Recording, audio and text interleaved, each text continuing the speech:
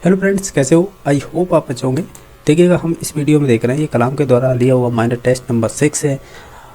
ये level first का है।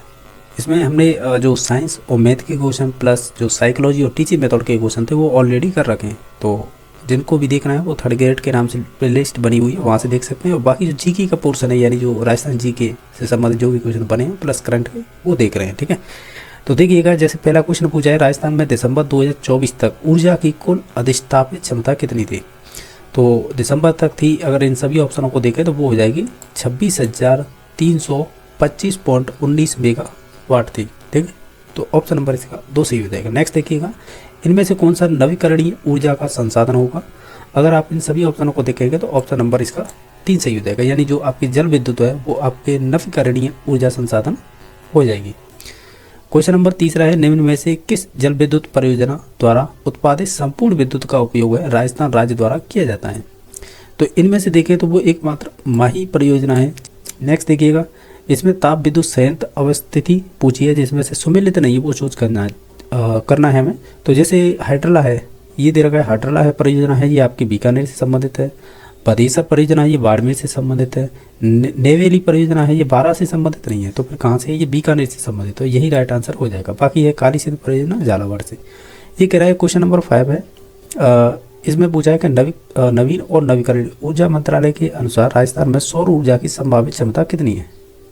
तो ये मंत्रालय के थ्रू पूछ रहा है, तो ये हो जाएगी करीबन, इसमें से सभी ऑप्शनों को देखें तो करीबन 142 गीगावाट हो जाएगी। तो ऑप्शन नंबर 3 सही हो जाएगा। क्वेश्चन नंबर 6 है, इसमें पूछा है कि हाइब्रिड वार्षिक मॉडल के तहत राजस्थान के किस विभाग द्वारा सरकारी भवनों में रूफ टॉप बोल सकते हैं इसे, रूफ टॉप सोलर सिस्टम किए जाएंगे? तो ये किए जाएंगे आपके राजस्थान अच्छे ऊर्जा निगम लिमिटेड के द्वारा। ऑप्शन नंबर इसका 2 सही हो जाएगा। क्वेश्चन नंबर देखिएगा, जो 7 नंबर है वो इस प्रकार पूछा है कि राजस्थान में पवन ऊर्जा के संदर्भ में इसमें से गलत है वो चूज कीजिएगा। जैसे आप इन सभी ऑप्शनों को देखेंगे, जैसे कि NIWE के अनुसार राजस्थान में 150 मीटर की ऊंचाई पर अनुमानित पवन ऊर्जा है वो करीबन 284 गीगावाट है, तो ये बात सही है। ठीक है, और सेकंड नंबर है, अमर सागर परियोजना है, राज्य की पहली पवन ऊर्जा थी, ये भी बात सही है। राज्य की पहली पवन ऊर्जा नीति आई थी 2012 में घोषित, ये भी सही है। राजस्थान में ग्रीन एनर्जी कॉरिडोर के अंतर्गत चित्तौड़गढ़, अजमेर, जोधपुर, जैसलमेर, बीकानेर शामिल किए गए, ये वाला स्टेटमेंट गलत हो जाएगा, बाकी सभी सही थे। राजस्थान एकीकृत स्वच्छ ऊर्जा नीति 2024 द्वारा 2030 तक राज्य में प्रति वर्ष कितने हरित हाइड्रोजन उत्पादन का लक्ष्य रखा गया है? तो ये रखा गया है करीबन 2000 किलो टन। ऑप्शन नंबर 2 सही हो जाएगा। राजस्थान में बायोडीजल के विकास हेतु बायोडीजल प्लांट कहाँ पर स्थापित किया जाएगा? तो ये किया जाएगा आपका झामर कोटड़ा उदयपुर में। ऑप्शन नंबर 2 सही हो जाएगा। इंदिरा गांधी नहर के निम्न में से कौन सी शाखा है जो विद्युत गृह स्थापित नहीं है वहाँ पर? तो इनमें से एकमात्र है, हो जाएगी सागरमल गुफा शाखा। ऑप्शन नंबर इसका 4 सही हो जाएगा। राजस्थान में केंद्र सरकार के उपक्रम राष्ट्रीय ताप विद्युत निगम NTPC द्वारा गैस आधारित ताप विद्युत संयंत्र कहाँ पर स्थापित है? तो ये संबंधित हो जाएगा अंता 12 में। ऑप्शन नंबर 3 सही हो जाएगा।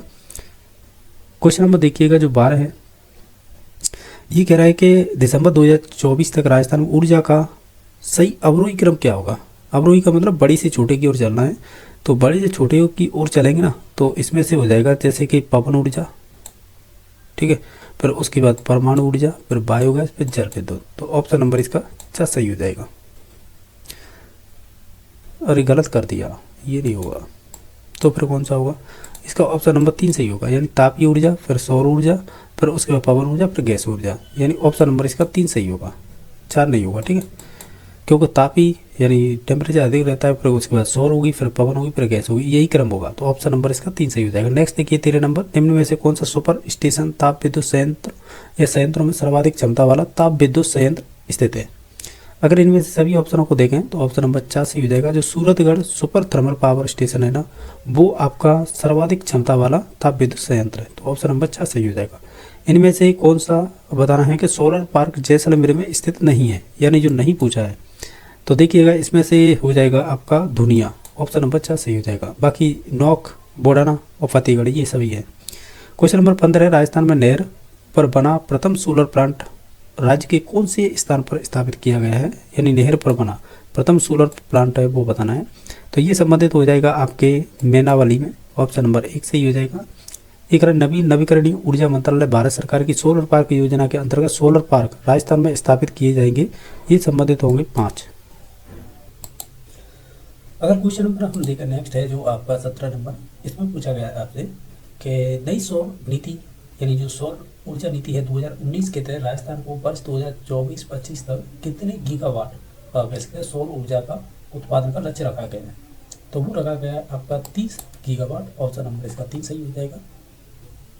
नेक्स्ट है 18 नंबर क्वेश्चन, ये कह रहा है आपसे कि राजस्थान राज्य विद्युत मंडल के स्तर पर वर्तमान में 5 कंपनियों द्वारा राजस्थान विद्युत का उत्पादन, प्रसारण और वितरण किया जाता है। तो इन कंपनियों का गठन किस वर्ष में किया गया था। तो इन कंपनियों का गठन है वो आपका वर्ष 2000 में किया गया था। राजस्थान में biomass and waste to energy नीति कब जारी की गई थी। ये आपकी नीति है वो 29 सितंबर 2023 को की गई थी। नेक्स्ट है राजस्थान बजट 2025-26 के अनुसार पीएम सूर्य घर मुक्त बिजली योजना का विस्तार है। मुख्यमंत्री निःशुल्क बिजली योजना के तहत लाभार्थी परिवारों को प्रतिमाह निःशुल्क बिजली उपलब्ध कराई जाएगी। कितने यूनिट, वो आपकी 150 यानी 150 यूनिट। क्वेश्चन नंबर नेक्स्ट है राजस्थान आर्थिक समीक्षा 2024-25 के अनुसार दिसंबर 2024 तक कितने राज्य में यानी राज्यों में कितने बायोमास संयंत्र स्थापित किए जा चुके हैं।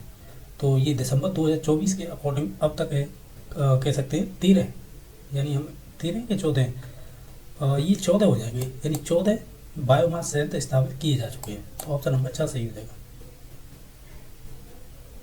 क्वेश्चन नंबर नेक्स्ट देखिएगा जो है 22 नंबर, वो कुछ इस प्रकार पूछा है कि भारतीय रेल मार्गों की कुल लंबाई का कितना प्रतिशत राजस्थान में है। तो वो करीबन 8.89% है, यानी 2 नंबर ऑप्शन हो जाएगा सही। राजस्थान में अक्षय ऊर्जा जैसे RREC बोलते का गठन कब किया गया था। ये किया गया था गठन आपका ये हो जाएगा अगस्त 2002 में। नेक्स्ट देखिएगा राजस्थान का वर्तमान में स्लोगन क्या है पर्यटन का, वो हो जाएगा पधारो हमारे देश। मरुत्रिकोण में पर्यटन स्थलों के विकास हेतु किस संस्था द्वारा वित्तीय सहायता प्रदान की जा रही है। तो ये की जा रही है आपकी Japan bank for international cooperation के थ्रू। क्वेश्चन नंबर 26 है राजस्थान बजट 2025-26 के तहत राज्य में हॉप ऑन हॉप ऑफ बस सेवा कौन से जिलों से शुरू की गई है। तो ये की गई है आपकी जयपुर, जोधपुर और उदयपुर से। 27 नंबर क्वेश्चन है निम्न में से राजस्थान का कौन सा स्थल है जो GSI द्वारा जियो हेरिटेज में शामिल नहीं हुआ है। तो इनमें से अगर देखें तो इसमें से हो जाएगा भंड देवरा मंदिर 12 सही है ना। ऑप्शन नंबर इसका 4 सही हो जाएगा। नेक्स्ट देखिएगा इसमें आपको मिलान करना है। देखिएगा जैसे लाल मंदिर है, ये लाल मंदिर संबंधित हो जाएगा आपका अजमेर से। बाकी मिट्टी शाह की दरगाह है ये संबंधित हो जाएगा आगरा से। बाकी चंद्र महल है ये संबंधित हो जाएगा आपका जयपुर से।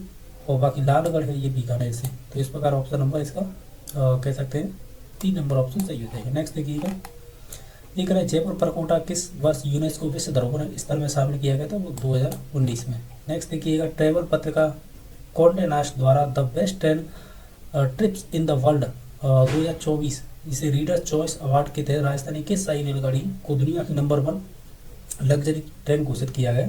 तो वो किया गया है इनमें से अगर देखें तो ऑप्शन नंबर 3 सही हो जाएगा। हेरिटेज पैलेस ऑन व्हील्स को किया गया है। इसमें से असुमिलित छाटना है उत्सव दे रखे हो जिला जैसे थारका महोत्सव बाड़मेर सही है, कुंभलगढ़ महोत्सव राजसमंद ये भी सही है, ब्रज महोत्सव खेजड़ी यानी खेजड़ली ये हालांकि ये गांव है। अगर डिस्ट्रिक्ट की बात की जाएगी तो फिर जोधपुर हो जाएगा। ठीक है, बाकी है मरु महोत्सव जैसलमेर ये सभी सही हैं, लेकिन हम 3 नंबर पे जा सकते हैं क्योंकि यहाँ पे इसने जिला पूछा है। और जो खेजड़ली कह सकते हैं गांव है, इसमें ब्रज महोत्सव लगता है तो वो जोधपुर जिले में आएगा। तो निश्चित तौर से यही गलत होगा, बाकी तो सभी सही है। हालांकि बिला सही है क्योंकि ब्रज महोत्सव खेजड़ली गांव में ही लगता है, लेकिन इसने जिला पूछा था कि कौन से जिले में, तो उस हिसाब से 3 नहीं हो जाएगा। इनमें से कौन सा तीर्थ सर्किट में शामिल नहीं है। तो इसमें से हो जाएगा सरिस्का। बाकी अजमेर नाथद्वार महावीर जी है। ये कह रहा है क्वेश्चन नंबर 33 कि राजस्थान पर्यटन वर्ष 2024 में राज्य का कौन सा जिला शीर्ष पर्यटन स्थल का केंद्र रहा था। वो रहा था सीकर। वह मार्च 2024 तक राजस्थान में सड़कों की कुल लंबाई कितनी थी। वो थी आपकी 3,17,121 किलोमीटर। नेक्स्ट देखिए राजस्थान में किस जिले में पूर्व और पश्चिम गलियारे में नहीं गुजरता है। कौन सा जिला में से होकर नहीं गुजरता है। तो ये हो जाएगा राजसमंद से। ऑप्शन नंबर 4 सही हो जाएगा। नेक्स्ट देखिए Jaipur metro rail corporation phase second कहाँ से कहाँ तक मतलब प्रस्तावित है। तो ये सीतापुरा से है ना, यहाँ दे रखा विद्यानगर या विद्याधर नगर, तो यही हो जाएगी। ऑप्शन नंबर 1 सही हो जाएगा। नेक्स्ट देखिए रेड कोर की स्थापना राज्य सरकार तथा फिल इन द ब्लैंक्स द्वारा संयुक्त उद्यम के रूप में 50-50% के अनुपात में की गई है, 50/50 में। तो वो मतलब इनके किसके सहयोग से, या कह सकते हैं संयुक्त उद्यम की, तो इनमें से हो जाएगा ऑप्शन नंबर 3 हो जाएगा, यानी IN व FS के संयुक्त कह सकते हैं संयुक्त के द्वारा ही इसकी स्थापना की गई है, किसकी, रेड कॉर की। नेक्स्ट देखिए, राजस्थान में स्थित कौन सा एक भूमिगत हवाई अड्डा है, तो भूमिगत है वो आपका बीकानेर का नाल हवाई अड्डा हो जाएगा, तो ऑप्शन नंबर इसका 3 सही हो जाएगा। नेक्स्ट देखिएगा, राजस्थान का कौन सा रेल मंडल जो पश्चिमी मध्य जोन के अंतर्गत आता है, तो ये पश्चिमी जोन यानी जबलपुर में आता है कोटा। बाकी जो बचे रहे ना 4, यानी हालांकि 5 ही है, जिनमें से अजमेर, जोधपुर और बीकानेर ये शायद उसमें आते हैं उत्तर पश्चिम में, तो ये उत्तर पश्चिम में आते हैं, और लेकिन पश्चिम मध्य में आता है केवल कोटा। नेक्स्ट देखिए, राजस्थान राजमार्ग प्राधिकरण कब क्रियाशील हुआ था, ये हुआ था 1 सितंबर 2023 को। क्वेश्चन नंबर नेक्स्ट है वो 41 नंबर के, चंबल नदी पर स्थित जल विद्युत केंद्र नहीं है, तो इसमें से बाजार सागर हो जाएगा। बाकी गांधी, जवाहर और राणा ये तो राजस्थान के यही। बागड़ टूरिस्ट सर्किट में कौन सा पर्यटन स्थल शामिल नहीं है इसमें से, तो इसमें से हो जाएगा वो हो जाएगा गौतमेश्वर मंदिर है ना, या गौतमेश्वर मंदिर है, वो नहीं होगा इसमें शामिल, तो ऑप्शन नंबर 4 से हो जाएगा। नेक्स्ट देखिएगा, प्रसाद योजना के तहत केंद्र सरकार द्वारा राजस्थान के किन जिलों में स्थानों को संयुक्त रूप से शामिल कर लिया गया है प्रसाद योजना के अंडर में, तो इसमें से शामिल कर लिया गया है वो हो जाएगा आपका अजमेर और पुष्कर। नेक्स्ट देखिएगा, संत सदाराम जी के महाराज का पैनोरमा है वो कहाँ पर स्थित है, ये संबंधित हो जाएगी घोड़ा जैसलमेर में। राजस्थान की नवीन इको टूरिज्म पॉलिसी की परिचालन अवधि कब तक की है, तो वो हो जाएगी 2030 तक है, तो 2030 3 ऑप्शनों में, तो इसकी शुरुआत डेट थी 15 जुलाई 2021 से 2030 तक। निम्न में से 1540 में या ईस्वी में रचित ग्रंथ जिसमें अलाउद्दीन खिलजी और मेवाड़ शासक रतन सिंह के मध्य में वर्णन मिलता है, तो वो पद्मावत में मिलता है, तो ऑप्शन नंबर 2 सही हो जाएगा। निम्न में से जनक द्वारा रचित पृथ्वीराज विजय नामक ग्रंथ किस भाषा में लिखा गया था, तो वो संस्कृत भाषा में। नेक्स्ट देखिएगा, इनमें से सही सुमेलित नहीं है, जैसे ये नहीं, पहला ऑप्शन दे रखा है रचना और इतर लेखक हैं, तो जैसे हंस तोड़ा है, यानी हंस तोड़ा, कोटारो सांच, ये आपकी आयदन सिंह भाटी की है। गुड़ भाषा है, ये आपकी हेम कवि की है। बुद्धि रासो है, ये आपकी कवि मान की नहीं है, तो यही गलत हो जाएगा। बाकी बारीक बात है, ये आपके रामस्वरूप किसान की है। नेक्स्ट देखिएगा, राजस्थानी भाषा साहित्य और ये वो कह सकते हैं संस्कृत अकादमी की स्थापना कब की गई थी, 1983 में। पुस्तक प्रकाश साहित्य संस्था कहाँ पर स्थित है, तो ये संबंधित हो जाएगी आपकी कह सकते हैं जोधपुर में।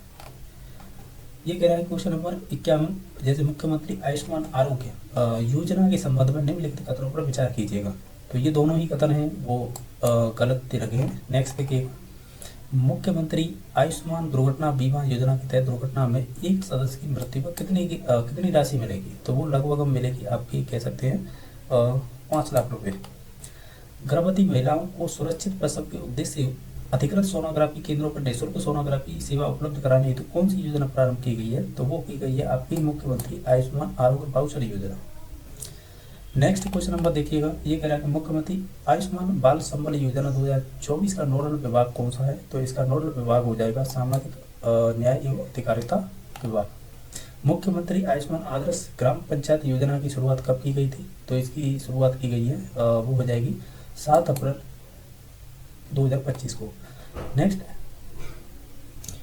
क्वेश्चन नंबर नेक्स्ट है जो 56 नंबर के, रसोई गैस सिलेंडर सब्सिडी योजना के तहत पात्र परिवारों को कितने रुपए में गैस सिलेंडर उपलब्ध कराया जा रहा है, तो ये कराया जा रहा है आपका 450 रुपये। नेक्स्ट देखिएगा, प्रधानमंत्री मातृ वंदना योजना के तहत राजस्थान में दिव्यांग महिलाओं को कितनी राशि यानी सहायता राशि प्रदान की जा रही है, तो ये दी जाती है आपकी करीबन इसमें से हो जाएगा 10,000। नेक्स्ट देखिएगा, कालीबाई भील उड़ान योजना के तहत राजस्थान किस आयु वर्ग की महिलाओं या बालिकाओं को पात्र है, तो ये पात्र है जिनकी 10 वर्ष से लेकर 45 वर्ष तक।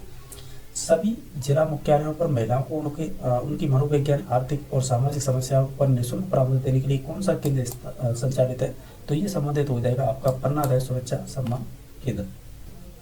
निम्नलिखित में से कौन सी श्रेणी है पालनहार योजना के तहत पात्र बच्चों की श्रेणी में शामिल नहीं है, अगर आप ओवरऑल सभी ऑप्शनों को देखेंगे तो वो हो जाएगी लघु एवं सीमांत किसान माता पिता की संतान, ये वाला संबंधित नहीं है। बाकी न्याय प्रक्रिया से मृत्यु प्राप्त करना पिता की संतान हो, या कुष्ठ रोग से पीड़ित हो, या एड्स पीड़ित माता पिता की संतान हो, तो ये सभी पॉइंट इंक्लूड है। जो नहीं होगा वो 4 नंबर ऑप्शन।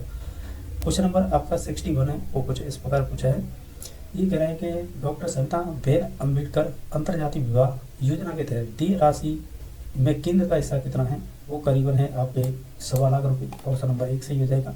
एग्री स्टैक योजना की राजस्थान में शुरुआत किस जिले पायलट प्रोजेक्ट चलाकर की गई है, वो हो जाएगा सीकर। प्रधानमंत्री फसल बीमा योजना के तहत खरीफ फसल हेतु कृषकों को कितना प्रतिशत प्रीमियम वहन किया जाता है, तो वो करीबन किया जाता है आपका 2%। क्वेश्चन नंबर देखिएगा 64 है। ये कह रहा है कि गोवर्धन जैविक उर्वरक योजना के संदर्भ में असत कथन पहचानिएगा इनमें से। अगर देखें तो जैसे इसी योजना का नोडल विभाग कृषि विभाग है, ये बात तो सही है। बाकी इसके तहत पात्रक जो भी पात्रता हेतु कृषक के पास कृषि योग्य भूमि का स्वामित्व होना चाहिए, कृषक के पास कम से कम 10 गौवंश होनी चाहिए। बजट 2025-26 में सरकार ने इस योजना के तहत 50,000 कृषकों को लाभान्वित करने की घोषणा की है, तो यही वाला गलत है। इसमें से असुमेलित बताना है, यानी सुमेलित नहीं है। अगर आप ध्यान से देखें इसे, जैसे मुख्यमंत्री कोरोना योजना सहायता, ये सामाजिक न्याय अधिकारिता विभाग है। किशोरी बालिका है, ये महिला एवं बाल विकास से संबंधित है। मुख्यमंत्री आयुष्मान आदर्श ग्राम पंचायत योजना है, ये पंचायती राज से संबंधित नहीं है। बाकी है मदा शक्ति संवर्धन योजना, ये कृषक से संबंधित है। इसमें 3 नंबर है वो गलत है, बाकी सभी सही थे। रामचंद्र सेतु परियोजना के तहत महज यानी मेहरपुर बैराज किस नदी पर बनाया जा रहा है, तो ये संबंधित हो जाएगा पार्वती नदी पर। नेक्स्ट है राजस्थान के किसानों को मुख्यमंत्री किसान सम्मान निधि योजना के तहत कितनी वित्तीय सहायता प्रदान की जा रही है, तो ये की जा रही है 3,000 रुपये। नेक्स्ट देखिएगा कि निम्नलिखित में से कौन सी योजना राजस्थान सरकार की सामाजिक न्याय एवं अधिकारिता विभाग से संबंधित नहीं है। अगर आप इन्हें ध्यान से देखें तो नवजीवन तो है, मुख्यमंत्री कन्या भी है, और मुख्यमंत्री अनुप्रति कोचिंग योजना भी है, लेकिन आपकी जो शुभ शक्ति योजना है ये आपकी इस सामाजिक न्याय अधिकारिता विभाग से संबंधित नहीं होगी। नेक्स्ट क्वेश्चन नंबर है, ये पूछा गया है आपसे कि ये कह रहे हैं मुख्यमंत्री मंगला पशु योजना के तहत असत्य कथन बताइएगा इनमें से कौन सा है। अगर आप सभी ऑप्शनों को ध्यान से देखें, इस योजना की कह सकते हैं 13 दिसंबर 2024 से प्रारंभ की गई थी।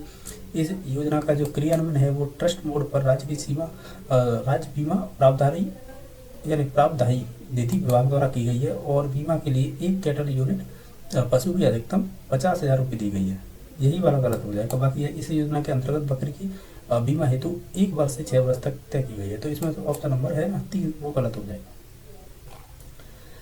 एक है बर्तन बैंक की योजना के तहत राज्य का पहला बर्तन बैंक किस जिले में खोला गया था, ये खोला गया था कोटा में। नेक्स्ट देखिएगा 50% से अधिक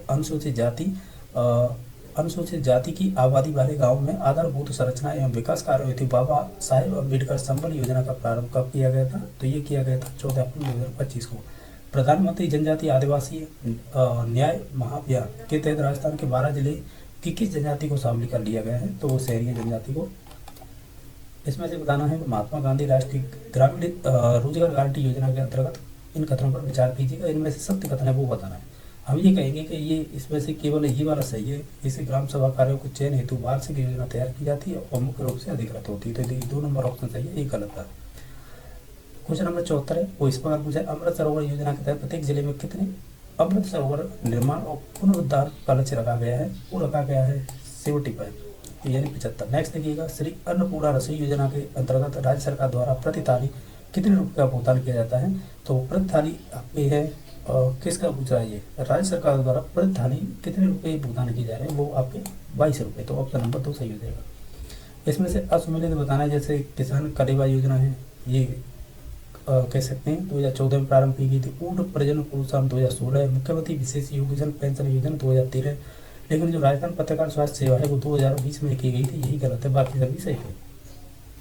क्वेश्चन नंबर 77 है, इसमें पूछा गया है कि डॉक्टर भीमराव अंबेडकर दलित आदिवासी उद्यम प्रोत्साहन योजना के तहत 25 लाख रुपए से कम रेट कितना ब्याज अनुदान देना होगा, वो संबंधित है करीबन 9%। नेक्स्ट है कि मुख्यमंत्री विश्वकर्मा पेंशन योजना 2024 में कौन सा इसमें से सम्मिलित नहीं है।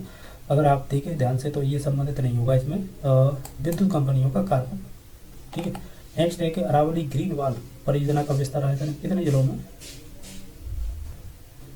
तो इनमें जिलों की संख्या हो जाएगी 19। नेक्स्ट है कि मुख्यमंत्री एक नारी सम्मान पेंशन योजना की पात्रता हेतु परिवार को अधिकतम वार्षिक आय कितनी होनी चाहिए, ये पूछा है, तो ये करीबन होनी चाहिए आपकी 48,000, ऑप्शन नंबर इसका 3 सही हो जाएगा। क्वेश्चन नंबर 81 है, ये कह रहा है पीयर रिव्यू अभियान के संबंध में इन कथनों पर विचार कीजिएगा, कौन सा सही है वो बताइएगा। जैसे ये अभियान है वो सुपोषित ग्राम पंचायत अभियान के प्रभावी क्रियान्वयन व प्रगति मूल्यांकन हेतु किया गया है, ये बात सही है। यह अभियान केंद्र सरकार के निर्देशानुसार 18 से 24 अगस्त तक केरल राज्य की टीम द्वारा आयोजित किया गया था, ये भी बात सही है। यह अभियान राजस्थान के चयनित 16 जिलों में चलाया गया है, ये वाला गलत हो जाएगा। इसमें से ऑप्शन नंबर ए और बी, सी नंबर ऑप्शन सही हो जाएगा। ये कह रहा है 18 अगस्त 2025 तक मिशन हरियालो राजस्थान अभियान 2.0 के तहत राजस्थान में सर्वाधिक वृक्षारोपण किस विभाग द्वारा किया गया था? ये किए गए थे आपके शिक्षा विभाग द्वारा।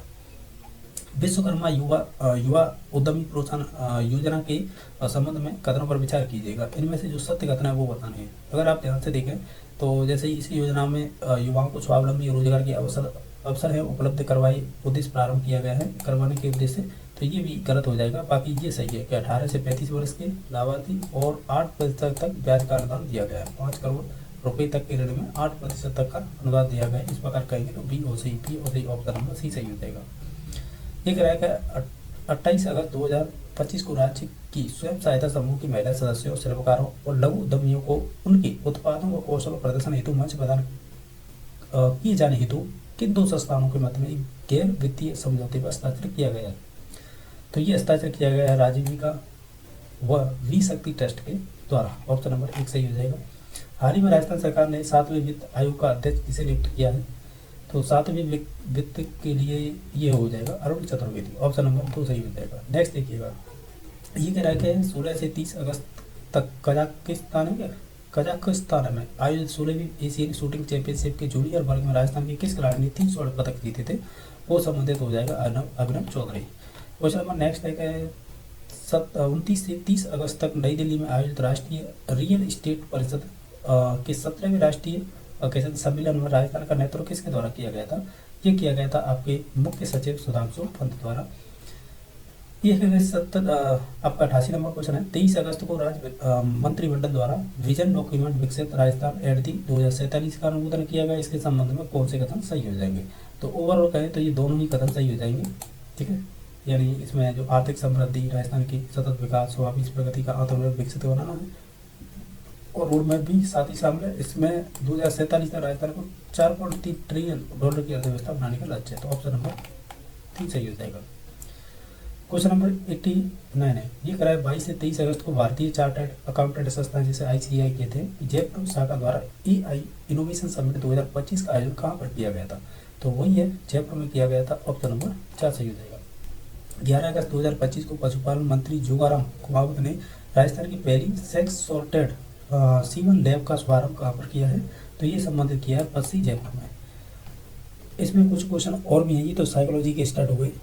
क्वेश्चन नंबर देखिएगा जो है आपका 126 नंबर, यहाँ से आपके राजस्थान जीके के क्वेश्चन और भी पूछेगा। जैसे फसल और अग्रणी जिले कौन से हैं? असुमिलित बताना है। जैसे गेहूं के लिए हनुमानगढ़ और श्री गंगानगर है, ये बात सही है।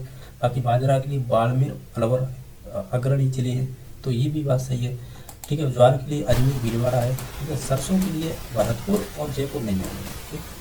तो ऑप्शन नंबर इसका 4 सही है। नेक्स्ट देखिएगा, एशिया का सबसे बड़ा आधुनिक मशीन कृषि फार्म हाउस किया गया है कहाँ पर? तो ये आपके हो जाएगा श्री गंगानगर में, सही है। सूरतगढ़, श्री गंगानगर। 29 नंबर इसमें पूछा आर्थिक समीक्षा 2024-25 के अनुसार राजस्थान की सकल राज्य घरेलू उत्पाद की वृद्धि दर अनुमानित कितनी की गई है? तो वो समझी की गई है करीबन कह सकते हैं 12.02%। ऑप्शन नंबर इसका 3 सही हो जाएगा। क्वेश्चन नंबर नेक्स्ट है, जल जीवन मिशन ग्रामीण के तहत प्रत्येक ग्रामीण परिवार के कार्यशील घरेलू नल कनेक्शन की अवधि कब तक रखी गई है? तो वो रखी गई वर्ष 2026 तक। उद्योग क्षेत्र के किस उप क्षेत्र का प्रचलित मूल्यों पर GSBA सर्वाधिक योगदान रहा है? तो वो रहा है आपके विनिर्माण पर। आपदा प्रबंधन अधिनियम 2025 की धारा 25 के तहत जिला आपदा प्रबंधन प्राधिकरण का अध्यक्ष कौन होता है? तो वो हो जाएगा आपका जिला कलेक्टर। नेक्स्ट देखिएगा, राजस्थान के वर्तमान मुख्य सचिव कौन है? हो जाएंगे सुधांशु पंत। और राज्य की राज्यपाल की नियुक्ति कौन करता है? तो वो करेगा आपका राष्ट्रपति। तो देखिएगा, ये व्यक्तित्व नंबर चैप्टर है ना आपका साइकोलॉजी में, तो उससे पूछा है। देखिए ये कह रहा है कि व्यक्तित्व के विषय के बारे में असत्य कथन बताइएगा। आप सभी को पढ़ लीजिएगा। ये कह रहा है, पहला स्टेटमेंट है कि व्यक्तित्व स्थिति के अनुसार अपरिवर्तित रहता है, यानी नो चेंजेबल होता है, जबकि ये चेंजेबल होता है सिचुएशन के अनुसार। तो ये वाला ऑप्शन गलत हो जाएगा। हमें यही पूछा था कौन सा कथन असत्य है। बाकी ऑप्शन दे रखे हैं बहुत अच्छे हैं, ये परीक्षा में डायरेक्टली पूछ लिए जाते हैं स्टेटमेंट। जैसे व्यक्तित्व वो दैहिक तथा पर्यावरणीय कारकों से प्रभावित होता है, ये बात सही है।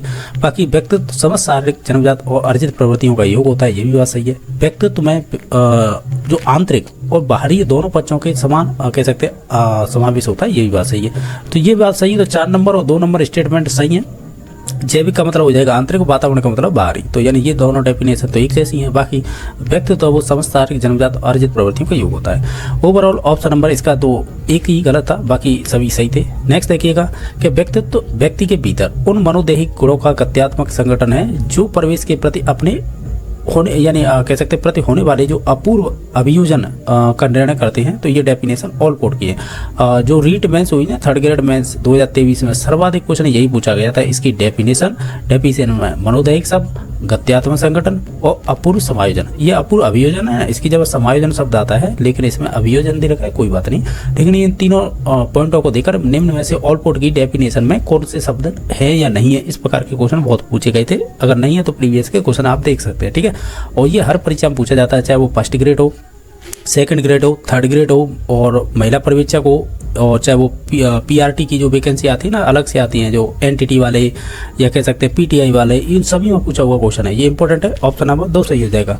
क्वेश्चन नंबर 93 है, व्यक्तित्व के वर्गीकरण का प्रारूप उपागम से संबंधित कौन है। यानी इन प्रारूप का मतलब ये है सिंपल सा कि प्रारूप के आधार पर वर्गीकरण करने वाले मनोवैज्ञानिक, इसका समर्थन करने वाले कौन कौन से। तो उसमें हिप्पोक्रेटस का आता है, ये सर्वप्रथम इन्होंने वर्गीकरण किया था व्यक्तित्व का।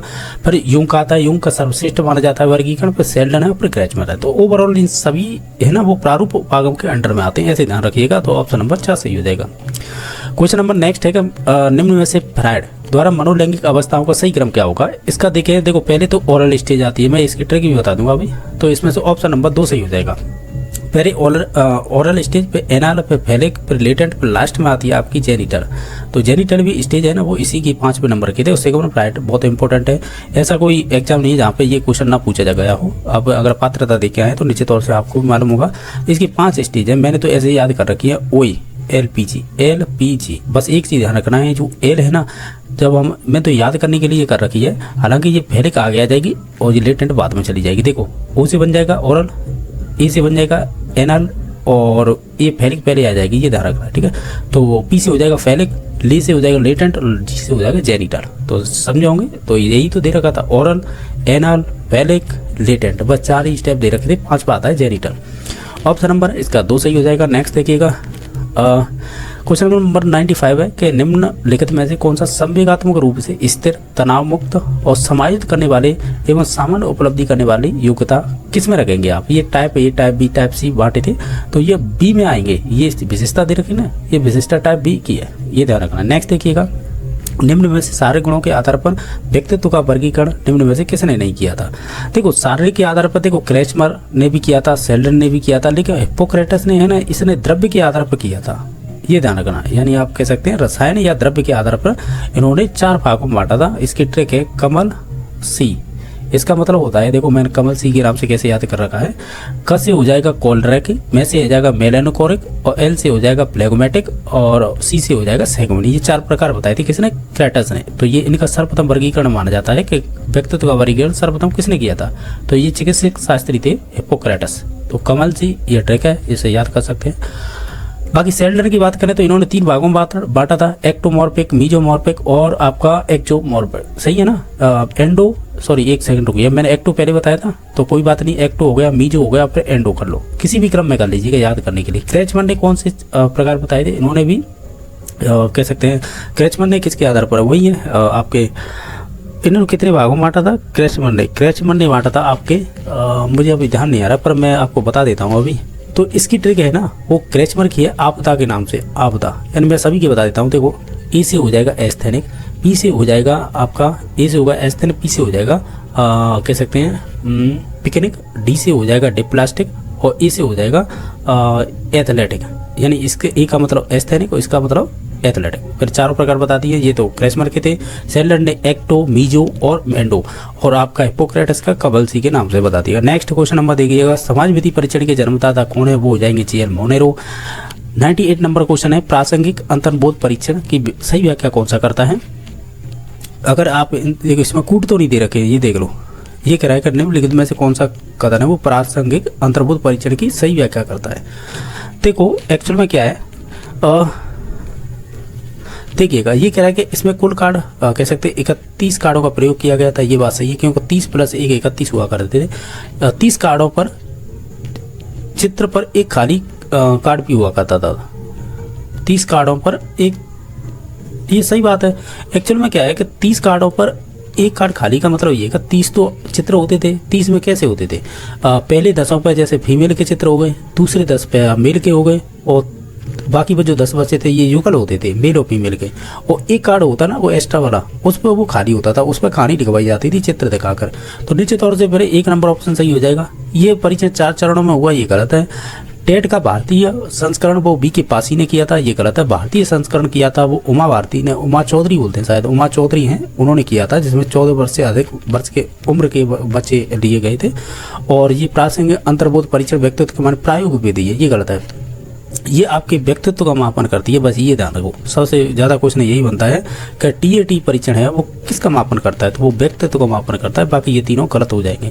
हालांकि ये 4 नंबर ऑप्शन आपको सही सा लग रहा होगा, लेकिन ये सही नहीं है। ऑप्शन नंबर इसका एक ही सही है कि 30 कार्ड हुआ करते थे, एक कार्ड खाली, तो 31 कार्ड हो गए टोटल, जिनमें से 30 कार्डों पर एक चित्र खाली होता था, यानी 30 + 1 31, जिसमें से 30 कार्ड किस प्रकार 10 फीमेल 10 मेल और 10 युगल। युगल का मतलब दोनों के मेल और फीमेल के, और टोटल करोगे तो ये 30 हो जाएंगे, एक खाली कार्ड 31। ठीक है, नेक्स्ट देखिएगा।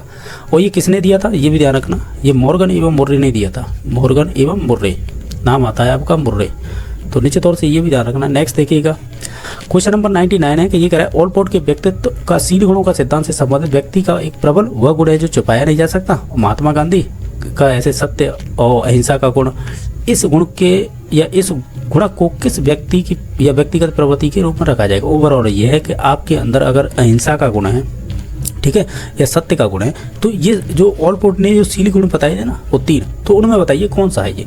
तो ध्यान रखिएगा जो कार्डियल गुण होता है ना, ये होता है मेन, यानी कार्डियल गुण होता है ना, जैसे अहिंसावादी होना, इन प्रकार के जो प्रवृत्तियाँ होती है उन्हें प्रधान या कह सकते हैं आप कार्डियल ट्राइट में रखते हैं। और केंद्रीय प्रवृत्ति में कौन सी रखेंगे, इन्हें सेंट्रल ट्राइट बोलते हैं। इनमें रखेंगे जैसे कि आपकी कौन सी हो गई, जैसे हो गई आपकी, जैसे आत्मविश्वास हो गया आपका, ठीक है, और जैसे और क्या लिख सकते हैं, आत्मविश्वास हो गया, और जैसे सामाजिक गुण हुआ आपके अंदर। बाकी गौड़ में आ जाएंगे, गौड़ मतलब सेकेंडरी में आ जाएंगे, जैसे कि आपके बालों के स्टाइल, आपके खाने का तरीका, ये चीज़ें प्रवृत्तियाँ आती हैं। लेकिन प्रधान में आती हैं जैसे अहिंसा का गुण, ठीक है, तो इस प्रकार। तो ऑप्शन नंबर इसका 2 सही हो जाएगा। अच्छा क्वेश्चन पूछा गया है और इस प्रकार के क्वेश्चन आपने देखे भी होंगे। नेक्स्ट देखिएगा, मनोविश्लेषणवाद के संबंध में असत्य कथन बताइएगा। जैसे अचेतन मन हमारे व्यवहार का करीबन 90% प्रभावित करता है, ये बात सही है, ठीक है, ये बात तो सही है। बाकी इदम है वास्तविकता सिद्धांत पर आधारित है, ये गलत है। इदम है ये तो आपकी पशु प्रवृत्ति होती है ना, उस प्रकार की इच्छाएं रखती है, या दमित इच्छाओं का समावेश होता है यहाँ पे। तो ये वास्तविकता की बात करते हो तो ईगो से संबंधित होती है बात, तो यही वाला गलत है। बाकी इडिपस, या इसे इडिपस कह रहा है ना, इलेक्ट्रा का संबंध लैंगिक अवस्था से होता है, तो कहीं ना कहीं ये बात सही है। बाकी है संतुलित व्यक्तित्व वही है जिसका अहम शक्तिशाली हो, तो ये भी बात सही है। एक्चुअल में क्या है कि जो आप है, जब मैंने यहाँ पे बताया था ना पीछे क्या होता है, सिगमंड फ्राइड की मैंने वो चीज़ बताई थी ना कि 5 अवस्थाएं होती हैं, जैसे ओए एलपीजी। तो जो फैलिक वाली स्टेज बताई थी ना, उस फैलिक वाली स्टेज में 2 उप अवस्थाएं होती है। एक तो होती है इलेक्ट्रा, ठीक है, एक होती है ऑडिबस। तो ऑडिबस होती है बॉय से संबंधित, जिसमें अपनी माँ के प्रति अट्रैक्ट होता है, और इलेक्ट्रा होती है गर्ल से संबंधित, जिसका अट्रैक्शन फादर की ओर होता है। तो ये वहीं से पूछा है इडिपस इलेक्ट्रा का संबंध लैंगिक अवस्था से होता है, ये बात सही थी। तो ठीक है, जो गलत थी केवल ऑप्शन नंबर 2 सही हो जाएगा। क्वेश्चन नंबर नेक्स्ट है, सीताराम को परीक्षा में बैठते समय चिंता हो रही थी, और यदि वह परीक्षा देगा तो असफल हो जाएगा, यह परीक्षा नहीं देता तो वह पूरा वर्ष खराब हो जाएगा। राहुल का द्वंद्व कौन सा है। ये द्वंद्व से संबंधित क्वेश्चन आते हैं, रीट में भी पूछे गए थे, आपने देखे होंगे। तो एक्चुअल में क्या है, देखो एक्चुअल में क्या है, इसमें ये देखा जाता है पहला स्टेप किससे संबंधित है, दूसरा स्टेप किससे संबंधित है। देखो कि सीताराम परीक्षा में बैठते तो समय चिंता हो रही, चिंता का मतलब उसे नेगेटिव में जाएगा ये, ठीक है, ये चीज़ ध्यान रखो। और वह परीक्षा देगा तो भी असफल हो जाएगा, ये भी नेगेटिव है, यानी दोनों ही चीज़ें नेगेटिव है। तो दोनों चीज़ें नेगेटिव होती हैं ना, उसे अवॉइडेंस बोलते हैं। इसे हिंदी में क्या कहते हैं मुझे कंफर्म नहीं है, लेकिन अवॉइडेंस बोलते हैं। अगर यहाँ पर दोनों चीज़ें पॉजिटिव होती तो वो अप्रोच कहते हैं। अगर 1 प्लस 1 माइनस होती तो फिर हम उसे 1 प्लस होती तो अप्रोच, दूसरी पर अगर माइनस हो जाती तो फिर अवॉइडेंस बोलते हैं। अगर पहली माइनस हो जाती फिर दूसरी प्लस हो जाती फिर उसे हम अवॉइडेंस पहला रखते फिर अप्रोच सेकंड में रखते। ये 3-4 प्रकार होते हैं, ये याद रखने होते हैं। ऑप्शन नंबर इसका 2 सही हो जाए, क्योंकि दोनों ही बातें नेगेटिव हो रही थी इस सेंस में। नेक्स्ट देखिएगा, युक्तिकरण का उदाहरण नहीं है।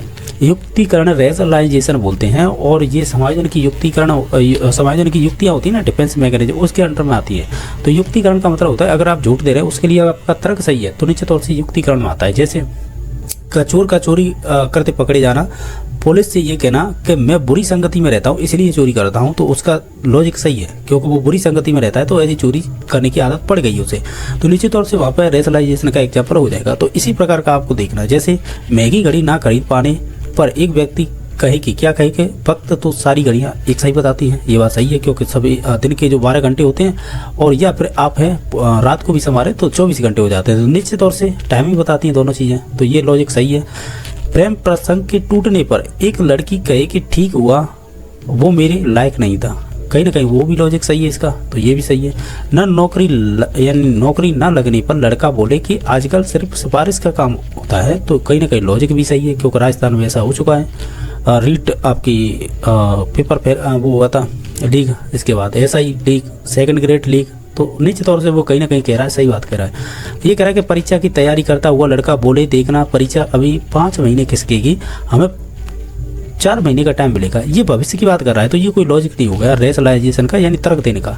इन तीनों में तर्क सही थे, तो ऑप्शन नंबर इसका विचार सही हो जाएगा, जो गलत था बाकी सभी सही थे। समायोजित व्यक्ति के लक्षण क्या होंगे, हम कहेंगे वो अपनी कमियों को जानता है। समायोजन का मतलब होता है कि समाज के अनुसार अपने आप को एडजस्ट करना। तो पहला देखिएगा, उसे हर बात की चिंता होती है, नेगेटिव में चला जाएगा। वह धीरज नहीं रख पाता तो भी नेगेटिव में जाएगा। वो विफलता से विचलित हो जाता है, ये भी नेगेटिव है। यहाँ पर पॉजिटिव ये होती, वो हर बात पे क्या रहता है, पॉजिटिव रहता है। वह धीरज से काम लेता है, वह विफलताओं को समायोजित करता है या उनसे विचलित नहीं होता है। ऐसे होता तब सही होता है। तो ऑप्शन नंबर 2 ही सही है, वो अपनी कमियों को जानता है, तो निश्चित तौर से ये समायोजन का एक लक्षण हो जाएगा या गुण हो जाएगा। क्वेश्चन नंबर 104 है, समायोजन की अप्रत्यक्ष युक्ति नहीं है, तो निश्चित तौर से ये हमें प्रत्यक्ष पूछ रहा है। ठीक है, क्वेश्चन को ध्यान से पढ़ें तो ये प्रत्यक्ष पूछ रहा है। प्रत्यक्ष में कौन सी आएगी, वो आएगी अन्य लक्ष्यों का प्रतिस्थापन, ये आपकी प्रत्यक्ष से संबंधित है। बाकी ये सभी हैं जैसे प्रक्षेपण, पलायन और आपका कल्पना, ये सभी आपकी अप्रत्यक्ष में चली जाती हैं। ये चीज़ें पढ़ी होंगी, प्रत्यक्ष विधियाँ कौन सी होती हैं, अप्रत्यक्ष कौन सी होती हैं। नेक्स्ट देखिएगा कि एक वृद्ध द्वारा अपनी युवावस्था के किस्सों को सुनाकर स्वयं को समायोजित करना कौन सी युक्ति में आएगा, ये कहीं ना कहीं प्रतिगमन में आएगा, तो ऑप्शन नंबर इसका तो सही हो जाएगा। नेक्स्ट देखिएगा, कौन सा युग असुमेलित है यानी गलत है, वो बताना। एक तरफ शिक्षण विधियां दे रखी हैं, उनके प्रतिपादक, जैसे निगमन विधि का प्रतिपादन अरस्तु ने किया था, आगमन विधि का प्रतिपादन जॉन कैलेंडी ने किया था, तो ये गलत है। ये आगमन विधि का भी अरस्तु नहीं किया था। बाकी प्रश्नावली है, ये आपकी गेल्टन दे रखा है, फ्रांसीसी गार्डन, ठीक है, मान लेते हैं। बाकी अगर प्रश्नावली विधि डायरेक्टली पूछे आप, अगर ये यहाँ पर ऑप्शन नहीं होता तो फिर हम क्या करते, बोर्डवर्थ करते। अगर आपसे ये पूछता कि प्रश्नोत्तर विधि किसने दी है, तब हम सुकरात करते। ये चीज़ें आपको ध्यान रखनी चाहिए क्योंकि ये एग्जाम में पूछी जाती है। पर्यवेक्षित अध्ययन विधि है, ये आपकी डेजी मॉर्वेल जॉन के द्वारा दी गई थी, ये भी बात सही है। ओवरऑल कहें तो 2 नंबर ऑप्शन गलत था, बाकी सभी सही थे। ठीक है, आगमन विधि भी अरस्तु के थ्रू ही मानी जाती है। हालांकि साइंस में ये क्वेश्चन नहीं बन सकता क्योंकि आंसर साइंस में नहीं बनेगा, यानी साइंस और मैथ में, एक्चुअल में ये कह रहा हूँ मैं, साइंस मैथ का जो पेपर आता है उसमें संस्थापक ये नहीं पूछे जाएंगे आगमन विधि के, ये ध्यान रखना। क्योंकि कन्फ्यूजन का मामला है, आर्ट में चलती है। आर्ट मतलब SST वाले हो गए, हिंदी हो गई और अन्य विषय हो गए, उनमें चल जाएगा, पर साइंस में नहीं चलेगा ये, इसका क्योंकि कोई प्रतिपादक माना ही नहीं गया है साइंस के अंदर, और ये टीचर सभी पढ़ाते हैं तो उस हिसाब से पढ़ लेते हैं। अदरवाइज ये हिंदी और SST में ही चलती है। नेक्स्ट देखिएगा कि किस विधि में निम्नलिखित की विशेषता होंगी, यानी ये तीनों स्टेटमेंट किस विधि से संबंधित है। जैसे यह विधि उच्च स्तर की कक्षाओं के लिए उपयोगी है। उच्च स्तर का मतलब जैसे 9 से लेकर 12 तक की बात कर रहा है, बाकी 8 से ले सकते हैं, कोई ज़रूरी नहीं है। आप उच्च कक्षा बोल रहा है तो निश्चित तौर से विधि उच्च स्तर का मतलब 9 to 12 मान सकते हैं। बाकी शिक्षक निर्धारित समय में अधिक कह सकते हैं विषय वस्तु प्रेषित कर सकता है और विद्यार्थियों के एक बड़े समूह के एक साथ अनुदेशन प्रदान किया जा सकता है। तो देखो, समस्या समाधान विधि होगी नहीं, अनुसंधान विधि होगी नहीं, तो व्याख्यान विधि होगी, तो ऑप्शन नंबर 3 सही हो जाएगा। उसी में ऐसा होता है कि एक बड़े समूह को एक साथ अनुदेशन देना हो तो निश्चित तौर से विज्ञान विधि, या कह सकते हैं शिक्षक इसमें क्या रहता है, कह सकते हैं एक तरह से एक्टिव रहता है, और जो स्टूडेंट होते हैं, लर्नर होते हैं, वो इनएक्टिव होते हैं। तो ये विधि व्याख्यान विधि होगी, ऑप्शन नंबर 3 सही हो जाएगा। नेक्स्ट देखिएगा कि किस विधि की विशेषता दे रखी, जैसे यह विधि देखो और सुनो और समझो के सिद्धांत पर आधारित है। केवल इसी स्टेटमेंट को देखो। एक्चुअल में क्या है, ये फर्स्ट ग्रेड वगैरह सेकंड ग्रेड में पूछा हुआ क्वेश्चन है। अब मुझे कन्फर्म तो नहीं है कहाँ पर पूछा गया था, लेकिन ये पता है कि CTET में आया हुआ क्वेश्चन है 2016-17 में, उसे ही बार बार कॉपी करके ये पूछा जा रहा है। तो ये फिर बाकी बात जो और कथन जुड़ जाते हैं इसी से, जैसे करके सीखने के सिद्धांत की उपेक्षा करती है, यह निरीक्षण अवलोकन की उन्मुखी है। तो ओवरऑल देखा जाए तो ये आपके ये है डेमोन्स्ट्रेशन विधि, यानी जिसे प्रदर्शन विधि कहते हैं। ऑप्शन नंबर 3 सही हो जाएगा, यानी ये तीनों ही कथन आपके इस विधि से संबंधित है। नेक्स्ट देखिएगा कि निम्न में से समस्या समाधान विधि के किस सोपान में संग्रह किए गए आंकड़ों का अर्थ निकाला जाता है, उनसे आपसी संबंध को ज्ञात किया जाता है। तो ये स्टेटमेंट किस विधि से संबंधित है? ओवरऑल कहें तो ये विधि हो जाएगी आंकड़ों का विश्लेषण करने से संबंधित, यानी जो भी आपके कह सकते हैं डाटा है उसका एनालिसिस किया जाता है। तो ऑप्शन नंबर 3 सही हो जाएगा। नेक्स्ट देखिएगा कि ये स्टेटमेंट 2 दे रखे हैं, बताइएगा इनमें से कौन से कथन सही होंगे, या तो कह सकते हैं इनमें से कौन सा ऑप्शन सही होगा। जैसे विश्लेषण विधि तर्क केंद्रित एवं मनोवैज्ञानिक होती है, ये बात सही है। जिस विधि में विद्यार्थी अपने मानसिक शक्तियों का उपयोग करने का पूर्ण अवसर मिलता है, उनकी तर्क शक्ति और विचार शक्ति और कल्पना शक्ति और विवेक शक्ति का विकास करने में बहुत लाभदायक है, ऐसे बोल सकते हैं। तो ऑप्शन दोनों ही सही हैं, तो हम ये कहेंगे आर ये दोनों सही है, और आर है वो सॉरी बी है वो एक ही सही व्याख्या या स्पष्टीकरण दे रहा है। तो ऑप्शन नंबर 2 सही हो जाएगा। क्वेश्चन नंबर 111 है कि संश्लेषण विधि के संदर्भ में असत्य कथन बताइएगा। जैसे ये स्मृति केंद्रित है, ये बात सही है। यह मनोवैज्ञानिक के नियम के प्रतिकूल तार्किक क्रम की विधि है, ये वाला स्टेटमेंट कहीं ना कहीं कह सकते हैं सही हो सकता है, ठीक है। बाकी और भी देख ले, इसमें आगमन तर्क का प्रयोग किया गलत है। आगमन तर्क का कह सकते प्रयोग है वो आपकी विश्लेषण विधि में किया जाएगा, ना कि संश्लेषण में, ठीक है। तो यही वाला खतर गलत है। बाकी यह विधि परिकल्पना से शुरू होकर निष्कर्ष समाप्त होती है, तो ये भी बात सही है। जो सही थी वो 1 2 4 हो जाएंगे, गलत हो जाएगा 3 नंबर ऑप्शन, ठीक है। हमें गलत ही पूछा था, सत्य का था। नेक्स्ट है कि अनुसंधान विधि की किस सिद्धांत पर आधारित है। अगर आप देखें तो देखो करके सीखने के सिद्धांत पर आधारित है, ठीक है। और इसके अलावा ये आपके कह सकते हैं उपयोगिता के सिद्धांत पर भी आधारित है, और स्वतंत्रता का सिद्धांत भी लागू होता है इस पर, और तार्किक चिंतन और अंतर्दृष्टि का सिद्धांत भी लागू होता है, और वैज्ञानिक मनोवैज्ञानिक सिद्धांतों का पालन करती है या सिद्धांत से संबंधित है। तो ओवरऑल ये सभी कथन सही हैं, हो जाएंगे किसके बारे में, अनुसंधान विधि के बारे में। ऑप्शन नंबर इसका कह सकते हैं 4 नंबर ऑप्शन सही हो जाएगा। निम्न में से निगमन विधि में प्रयुक्त होने वाला शिक्षण सूत्र नहीं है। जैसे सामान्य से विशिष्ट की ओर ये तो है, प्रत्यक्ष से प्रमाण की ओर ये नहीं होगा, सूक्ष्म से स्थूल की ओर ये हो जाएगा, अज्ञात से ज्ञात की ओर। एक्चुअल में क्या है, प्रत्यक्ष से प्रमाण की ओर है, ये आपके आगमन विधि का सूत्र होता है, आगमन विधि का, न कि आपके निगमन विधि का। इस वजह से ये गलत हुआ है। बाकी हम और भी याद रखें, अगर हम विशेष से सामान्य की ओर जाएं तो आगमन का हो जाएगा, प्रमाण ये प्रत्यक्ष से प्रमाण की ओर आगमन का हो जाएगा, स्थूल से सूक्ष्म की ओर जाएंगे आगमन का हो जाएगा, ज्ञात से अज्ञात की ओर जाएंगे तो भी आगमन का हो जाएगा। इनका उल्टा करने पर निगमन विधि से तो आगमन के मोस्टली शिक्षण सूत्र निकल आते हैं। तो इसमें से गलत हो जाएगा 2 नंबर, बाकी सभी सही थे। ये दे रखे हैं, एक तरफ सूची फर्स्ट है और सेकंड है, और 114 नंबर में क्वेश्चन में पूछा है अभिक्रमित अनुदेशन का ये प्रकार दे रखे हैं, और इनके विकासकर्ता मतलब प्रोपाउंडर बोल सकते हैं, या इन्हें प्रवर्तक बोल सकते हैं, या ये किस विधि से संबंधित है उसे बात से भी कर सकते हैं। जैसे रेखित अभिक्रमित अनुदेशन है, ये बीएफ स्किनर से संबंधित है। साकी अभिक्रमित अनुदेशन है, ये नॉर्मल एवं क्राउडर से संबंधित है। कंप्यूटर नहीं मैथमेटिक्स अभिक्रमित अनुदेशन है, ये कहीं ना कहीं आपके गिलबर्ट से संबंधित है। जो कंप्यूटर से अनुदेशन है वो आपके लॉरेंस स्टूलारो से संबंधित है। तो इस प्रकार हमने किया है, पहले का हमने ए का 1, बी का 2 और 3 का 4 और आपके 4 का 3। तो इस प्रकार देख लीजिएगा किसमें, इसमें है क्या, नहीं है, इसमें है क्या, इसमें भी नहीं है, इसमें है क्या, इसमें दिखाई दे रहा है, लेकिन ये देखिएगा पहला दूसरा और ये दूसरा पहला, तो ऑप्शन नंबर 3 सही हो जाएगा। फिर सही है ना, यानी पहले का हमने किया था दूसरा, दूसरे का पहला, तो ऑप्शन नंबर पर 3 ही सही हो जाएगा। पहले का दूसरा, पहले का पहला कर दिया, ये मैंने गलत कर दिया है, 4 नंबर ऑप्शन होगा सही, ठीक है। यानी 4 नंबर होगा, पहले का दूसरा, दूसरे का पहला, तीसरे का चौथा, चौथे का तीसरा, तो ऑप्शन नंबर 4 सही होगा। नेक्स्ट देखिएगा, अभिक्रमित अनुदेशन के प्रकार एवं उनके प्रमुख लक्ष्यों के संदर्भ में कौन सा कथन युग संगत है, यानी सही है वो बताना है। जैसे देखिए अभिक्रमित अनुदेशन है वो पाठ्य पुस्तकों पर स्वामित्व प्रदान करता है, ये वाला गलत है। स्वामित्व का मतलब होता है किसी चीज़ में मास्टरी प्राप्त कर लेना, तो मास्टरी है ना, ये तो अवरोही में आती है इस बारे में, ठीक है। तो इस वजह से ये गलत हुआ। साकी अभिक्रमित अनुदेशन है, इसमें निदानोपचार साथ ही साथ होता है, ये बात सही है। बाकी अवरोही अभिक्रमित अनुदेशन है वो व्यवहार से संबंधित नहीं होता है, किससे होता है, किसी पाठ्य पुस्तक की स्वामित्व प्राप्त करना, यानी किसी विषय में मास्टरी प्राप्त करना। तो इस वजह से ये भी गलत, ये भी गलत, सही हो जाएगा 2 नंबर।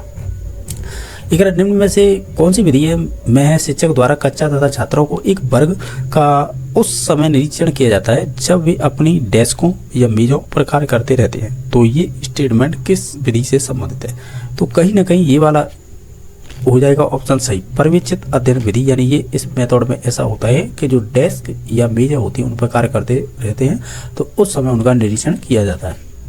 ऑप्शन नंबर 1 सही हो जाएगा। नेक्स्ट देखिएगा किस विधि में निम्नलिखित की विशेषता है, यानी ये चारों दे रखी है, बताइएगा कौन सी विधि की विशेषता है। जैसे ये अवलोकन शुरू करती है, ये परिकल्पनाओं का विकास की ओर ले जाती है, ये विशिष्ट से सामान्य की ओर। इसी से मालूम हो जाएगा कहीं ना कहीं ये आगमन विधि की बात कर रहा है। बाकी खोज यानी खोज की एक विधि है, ओवरऑल ये आगमन विधि की बात कर रहा है, क्योंकि विशिष्ट से सामान्य की ओर जाना या परिकल्पनाओं का निर्माण करवाना, ये ऑब्जर्वेशन पर आधारित है, खोज विधि भी है। निश्चित तौर से हम आगमन विधि पे जाएंगे, ऑप्शन नंबर 1 सही हो जाएगा। नेक्स्ट क्वेश्चन नंबर 118 है, कौन सा आगमन विधि से संबंधित नहीं है, ये बताना है। देखो एक्चुअली में क्या है कि हम इसमें से जैसे विशिष्ट से सामान्य की ओर ये तो होता है, उदाहरण से सामान्यीकरण करना ये भी हो जाएगा, लेकिन इसमें से अनुभव से तर्क भी हो जाएगा, लेकिन अमूर्त से मूर्त नहीं होता है। तो ऑप्शन नंबर इसका 1 सही हो जाएगा, बाकी ये सभी सही थे। नेक्स्ट देखिएगा कि एक शिक्षक छात्रों के छोटे छोटे समूह में काम करने के लिए कहता है, ताकि वे विभिन्न त्रिभुजों के जो कोणों का ये प्रोटेक्टर से मापकर क्रियाशील प्रयोग कर अपने निष्कर्षों को रिकॉर्ड करके फिर रिपोर्ट प्रस्तुत कर सके। तो इसमें मुख्यतः कौन सी शिक्षण विधि का उपयोग किया जा रहा है। देखो जब भी आपकी चाहे प्रोटेक्टर हो या स्केल हो या आपकी अन्य प्रकार वगैरह भी होती हैं, या आपका इंची टेप हो, यानी जैसे आप स्केल बोल सकते हैं, किसी भी मापन की बात करेंगे ना तो हम निश्चित तौर से प्रयोगशाला विधि पे ही जाएंगे। तो ओवरऑल ऑप्शन नंबर इसका 3 सही हो जाएगा। नेक्स्ट देखिएगा किस विधि में की विशेषताएं दे रखी हैं। जैसे स्व अध्ययन की आदत का निर्माण करना, विषय वस्तु को क्रमबद्ध होने के कारण छात्रों को पढ़ने के दृष्टिकोण का विकास करना, और बाकी स्मरण शक्ति का विकास करना। ये ओवरऑल रटने की बात कर रहा है तो किस विधि में होगी। अगर बाकी और भी विशेषताएं दे रखी है इसमें, लेकिन ये पढ़ने की बात कर रहा है और पढ़ने से में रुचि भी आती है क्योंकि आदत का निर्माण होना, तो निश्चित तौर से हम ये कहेंगे पाठ्यपुस्तक विधि की बात कर रहा है। नेक्स्ट देखिएगा कि प्रायोजन विधि आधारभूत सिद्धांत इनमें से कौन से होंगे। जैसे करके सीखते हैं, बिल्कुल सीखने के लिए जीवन का सिद्धांत ये होता नहीं है, सहयोग और सहभागिता का सिद्धांत ये हो सकता है। तो ऑप्शन नंबर 2 सही हो जाएगा। नेक्स्ट देखिएगा कि प्रश्नावली, यानी ये क्वेश्चन है ना 122, इसमें 2 स्टेटमेंट है और इसमें सत्य बताना है। तो प्रश्नावली प्रश्नों की एक सूची है जो कई व्यक्तियों को उत्तर दी जाती है, यानी प्रश्नों को उत्तर हेतु दी जाती है। बाकी आर.एस. वुडवर्थ ने मनोवैज्ञानिक क्षेत्र में प्रथम पर्सनल डेटा इन्वेंटरी का निर्माण किया था, जिसे प्रश्नावली विधि का प्रारंभिक रूप माना जाता है। ओवरऑल हम ये कहेंगे, क्या कहेंगे, ये दोनों ही कथन है ना वो आपके बिल्कुल सही है। मैंने एक अभी एक क्वेश्चन आया था, आपने देखा हो पिछले में, तो मैंने बताया था जैसे प्रश्नावली विधि पूछे तो वुडवर्थ करना है, अगर प्रश्न उत्तर विधि कहे तो सुकरात करना है। ठीक है, तो वहाँ पर भी एक ऑप्शन था कि प्रश्नावली विधि। देखो मैं आपको बता दूं, एक्चुअली में क्या है कि ये एग्जाम में पूछे हुए क्वेश्चन है सभी, तो ये अब ये तो मुझे भी नहीं कर पा रहा मैं किस में पूछे, पर एक अनुमान लगाते हैं कि आरपीएससी सेकंड ग्रेड हो गई, ठीक है, उसमें पूछे जाते हैं क्योंकि उसमें सभी सब्जेक्ट चलते हैं, सभी की टीचिंग मेथड आती है। या हरियाणा टेट के ये कॉपी करते हैं ज़्यादातर, मैंने देखा ये अधीनस्थ जो कलाम है मोस्टली देख रहा, हरियाणा की जो टीचर वैकेंसी होती है ना उनके क्वेश्चन यहाँ पर डाल देते हैं। अभी हमने क्वेश्चन किया था ये वाला 106 नंबर, देखिए प्रश्नावली विधि है सर फ्रांसिस गाल्टन या गेल्टन बोल सकते हैं। एक्चुअल में क्या है कि ये व्यक्तित्व वाली है। अब व्यक्तित्व वाली कौन सी होती है, एक्चुअल में क्या है कि व्यक्तित्व हम पढ़ते हैं प्रत्यक्ष अप्रत्यक्ष विधि, तो प्रत्यक्ष विधि में आती है ये वाली विधि, तो वहाँ पे अगर पढ़ाई होगी ना तो तब कन्फर्म कर पाएंगे। बाकी हम डायरेक्टली पढ़ते हैं ना प्रवर्तक, तो जैसे प्रश्नावली का प्रवर्तक कौन है तो हम उसमें वुडवर्थ नाम देते हैं, और प्रश्नोत्तर विधि है उसमें सुकरात का नाम देते हैं, और प्रश्नावली विधि अगर पर्टिकुलर अगर उसमें नाम वो नहीं है तो फिर फ्रांसीसी गाल्टन करेंगे हम। ठीक है, तो कुछ इसी प्रकार का ये क्वेश्चन था, क्वेश्चन नंबर 122। जैसे प्रश्नावली प्रश्नों की एक सूची है जो कई व्यक्तियों के उत्तर हेतु दी जाती है, और आर.एस. वुडवर्थ ने मनोवैज्ञानिक क्षेत्र में प्रथम पर्सनल डेटा इन्वेंटरी का निर्माण किया था, जो जिसे प्रश्नावली विधि का प्रारंभिक रूप माना जाता है। ओवरऑल दोनों कथन सही हो जाएंगे, 3 नंबर ऑप्शन सही हो जाएगा।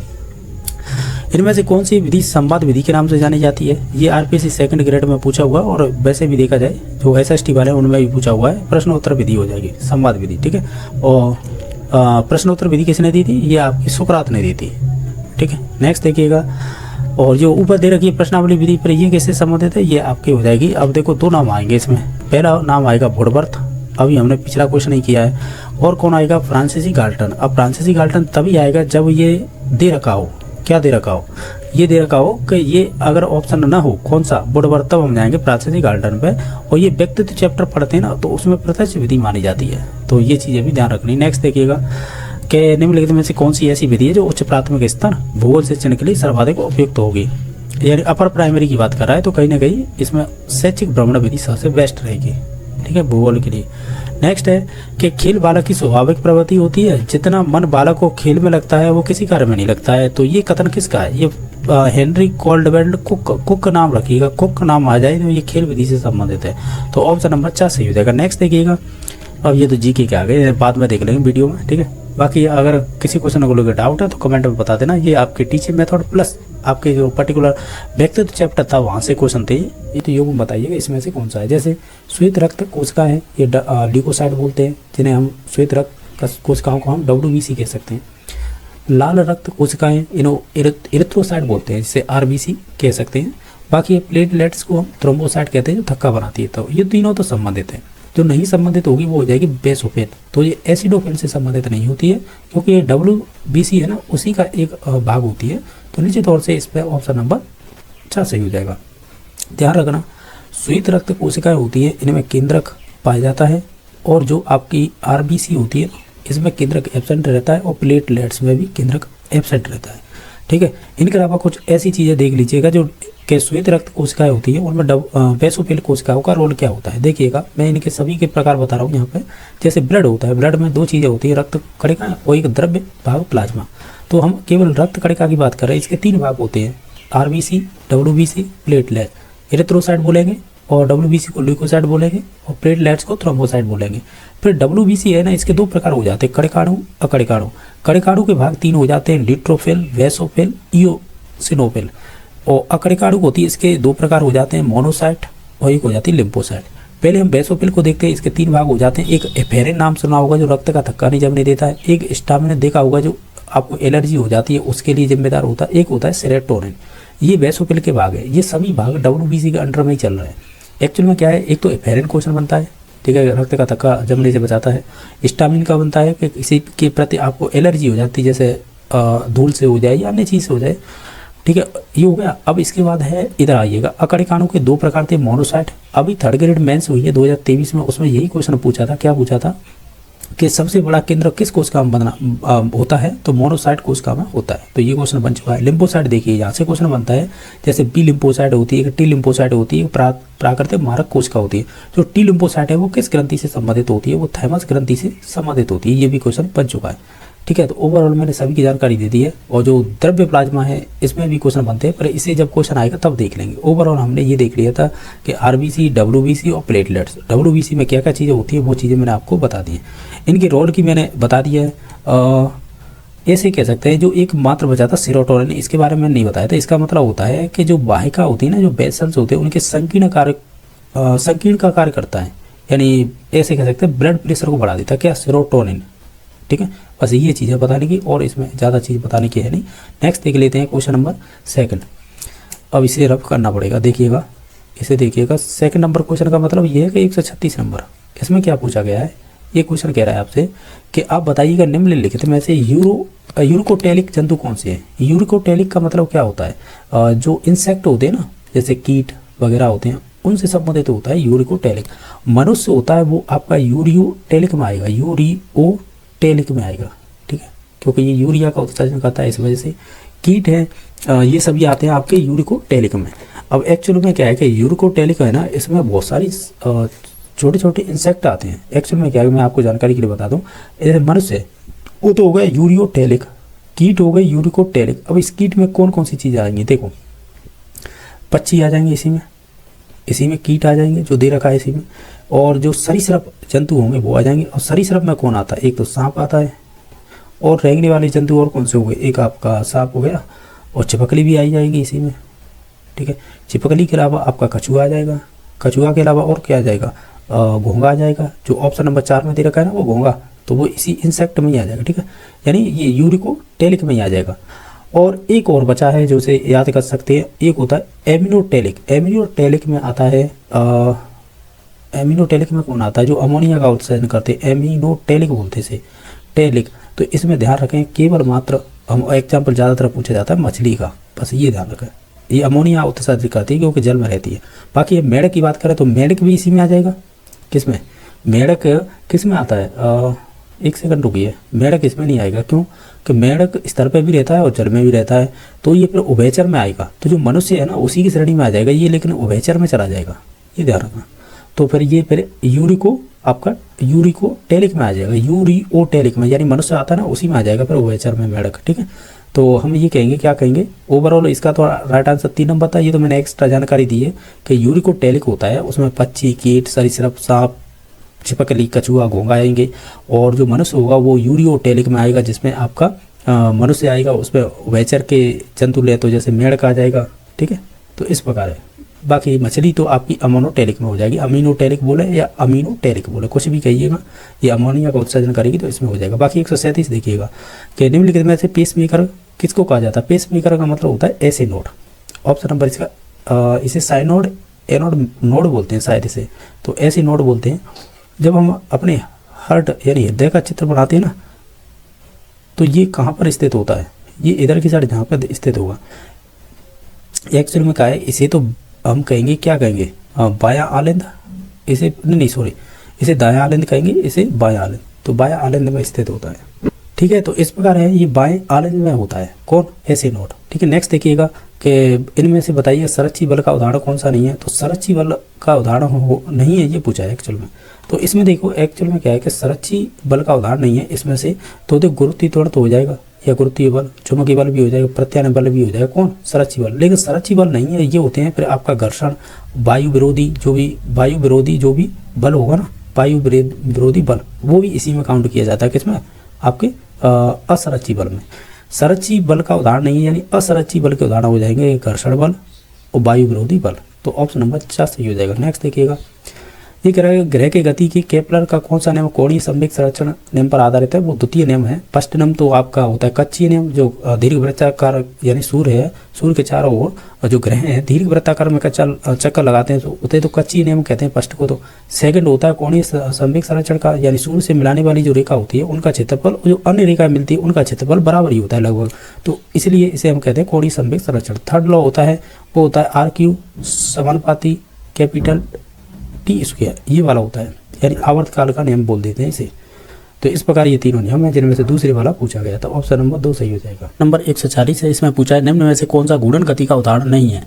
देखो, जो अपने अक्ष पर घूमेगा तो वो घूर्णन गति होगी, जो अपने अक्ष पर नहीं घूमेगा वही हो जाएगा इसका राइट आंसर। जैसे लट्टू की गति ये निश्चित तौर से घूर्णन गति के अंतर्गत आएगा, और कुमार के चाक की गति ये इसी के अंडर में आएगी। साइकिल के पहिए के अक्ष के सापेक्ष गति, तो ये भी आपके घूर्णन गति के उदाहरण के अंतर्गत आएगा। तो बच्चा एक गोलू के बैल की गति, तो ये वृत्ताकार गति कर देगा।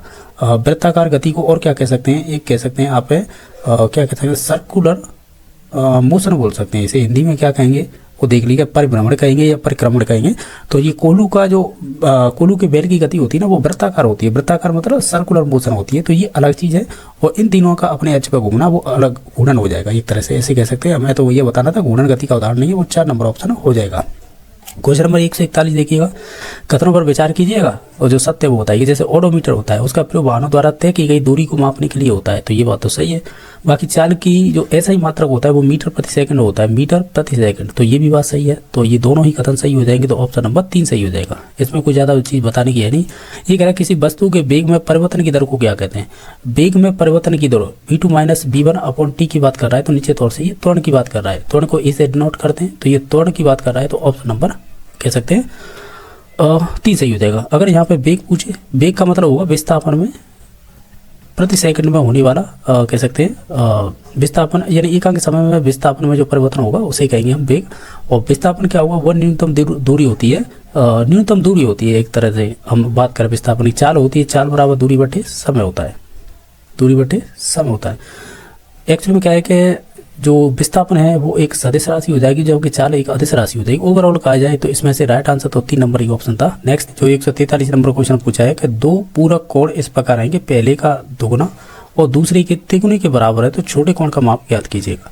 एक्चुअली में क्या है, इसे कैसे कर सकते हैं देखिएगा। हम ये जानते हैं पूरक कोण होते हैं ना, पूरक कोण यानी x + y का मान है वो आपका 90 डिग्री आना चाहिए। तो ये कह रहा है पहला कोण है वो 2 गुना है, और फिर कह रहा है ये और दूसरे के तिगुने के बराबर है, तो 3y मान लेते हैं। यानी जो दूसरा वाला है, पहले वाला 2x, दूसरे वाला 3y बराबर है। एक्चुअल में क्या है, हम यहाँ से x की वैल्यू निकालेंगे तो ये हो जाएगा 3y/2। मैं ऐसा क्यों कर रहा हूँ, ये मैं इक्वेशन के थ्रू इसलिए कर रहा हूँ कि बेसिक से आप इन क्वेश्चनों को ऐसे भी कर सकते हैं, फिर ऑप्शन से भी कर सकते हैं, वो भी सही होता है। आंसर पे जाना होता है, कैसे भी आए। तो इस x की वैल्यू जो निकल के आई है ना, अब इसे इस समीकरण में रख देंगे तो क्या हो जाएगा, रखेंगे तो 3y/2 + y बराबर 90 डिग्री। अब एक्चुअल में इसका एलसीएम लेंगे तो 2 आएगा, 2 का भाग 2 में एक बार, और ये हो जाएगा 3y + 1 का भाग 2 में 2 बार, 2 का गुणा 2y करेंगे तो ये हो जाएगा 90। तो ये हो जाएगा 5y बराबर 90 और ये 2 3 इसे क्रॉस मल्टीप्लाई करेंगे तो ये हो जाएगा 5y बराबर 180 और y की वैल्यू निकालेंगे तो ये आ जाएगा 36 डिग्री। एक्चुअल में क्या है, अब हमें मालूम पड़ गया कि हमें x का जो वैल्यू रखी थी तो उससे y की वैल्यू निकल के आ गई। अब एक्चुअल में क्या होगा, ये जो था ना इक्वेशन शुरुआत में x प्लस वाई बराबर 90 डिग्री था, इसमें अगर y की वैल्यू हम अगर 36 डिग्री रखते हैं तो फिर हमें क्या प्राप्त हो जाएगा, हमें प्राप्त हो जाएगा x की वैल्यू। तो 90 माइनस 36 करेंगे तो कितना आएगा, ये हो जाएगा 4, इधर 8 में 3 यानी 54 डिग्री आएगा। यानी हमें पता पड़ेगा x की वैल्यू 54 डिग्री आई है और आपकी y की वैल्यू 36 डिग्री आई है। अब देखिए क्या कह रहा था कि छोटे कोण का माप, तो इसमें छोटा कोण कौन सा दिखाई दे रहा है, 36 डिग्री, तो ऑप्शन नंबर 3 सही हो जाएगा।